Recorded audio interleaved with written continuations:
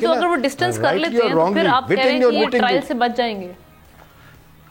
آمنہ میرا اپنا خیال ہے کہ میری ذاتی اوپینین یہ ہے کہ ٹرائل سے بھی بچ جائیں گے، کیونکہ دیکھیں ادارے جو ہے نا وہ کہتے ہیں ریاست ماں کی طرح ہوتی ہے، کوئی بھی نہیں چاہتا کہ یہ معاملہ اس حد تک آگے چلا جائے کہ نقصان ہو. اب اس کو اوائڈ کرنے کا طریقہ یہی ہے کہ جی بھی آپ بیٹھ کے بات کریں. اب آپ 9 مئی کی جو بات ہوتی ہے، حمداللہ صاحب کہتے ہیں میں جا کے بات کی میں نے ان سے، اور وہ ساری باتیں مانتے ہیں، اس بات پہ نہیں آتے کہ میں معافی نہیں مانگوں گا. بھی آپ معافی نہیں مانگیں تو کم از کم وہ جو 5-7 جو آڈیو ویڈیو موجود ہیں، آخری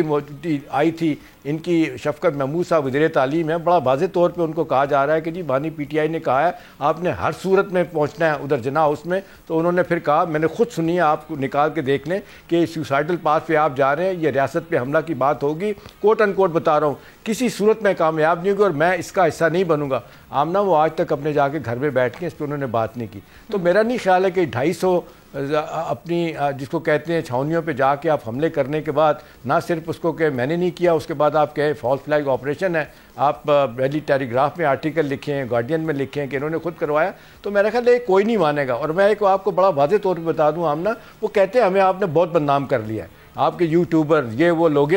سارا کچھ کر رہے ہیں. اب اس خبر کی پریشر کے بعد یہ جو آپ دیکھ رہے ہیں، ایک پریشر تو ہے پی ٹی آئی پہ، اب جو یہ خبر ہم دیکھ رہے ہیں احتشام صاحب کوئکلی،